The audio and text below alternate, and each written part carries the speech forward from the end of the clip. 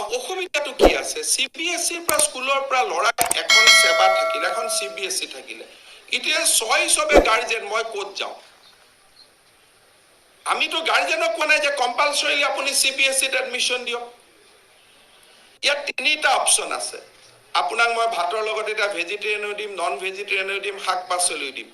কোনটো খাব আপুনি খাব এতিয়া আমাৰ অসমীয়া মধ্যবিত্ত একচাম মানুহৰ ধাৰণা যে চৰকাৰৰ স্কুলত ষ্টুডেন্ট আহক নাহক অসমীয়া মাধ্যমৰ স্কুল চৰকাৰে খুলি থাকিব লাগে দুখীয়া লৰাই ক'ত পঢ়িব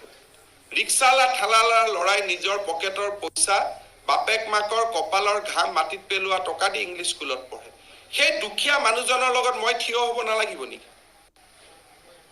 মোৰতো ফাৰ্ষ্ট অব্লিগেশ্যনটো দুখীয়া মানুহজনৰ প্ৰতি আছে আমি সকলোৱে নিজৰ ল'ৰাবিলাকক ইংলিছ স্কুলত সোমোৱাই লৈছো we are in a comfort জোন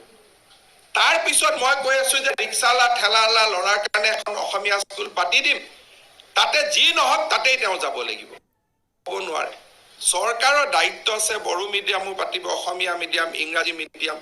য'ত পঢ়ে কিন্তু এজে অসমৰ যেহেতু চৰকাৰী ভাষা অসমীয়া উই আৰ মেকিং 90:10 ৰেচিঅ যে 90% স্কুল অসমীয়া 10% স্কুল বাকি মাধ্যম আৰু অসমত ইংৰাজী মাধ্যমৰ শিক্ষা আগৰ পৰাও আছে ইংৰাজী মাধ্যমৰ স্কুল হৰথিংগৰ দিনতো আছে গোপীনাথ বৰদলৈৰ দিনতো আছিল we are not taking any new decision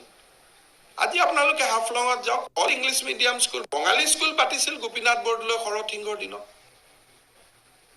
এতিয়া ইনফৰমেশনটো থকাৰ কাৰণে ভাবে যে সব কাম আমি নতুনকৈ কৰিলো আগত টুইটাৰ ফেসবুক নাছিলে এটা আগৰ পৰাই চলি আছিল পল্টন বজাৰত মানুহৰ মাজত দেখা দেখি কৈ বেংগলী স্কুলখনটো আমি পাতি থোৱা স্কুল নহয় এখনতো আমাৰ দৰে কোনবা চৰকাৰে আগত পাতি থৈ দিয়া স্কুল প্ৰত্যেকটো ৰেলৱে কলনীত বেংগলী স্কুল আছিল তাৰ মানে এটো অসম গভৰ্ণমেন্টৰ আগৰ পৰাই নিয়ম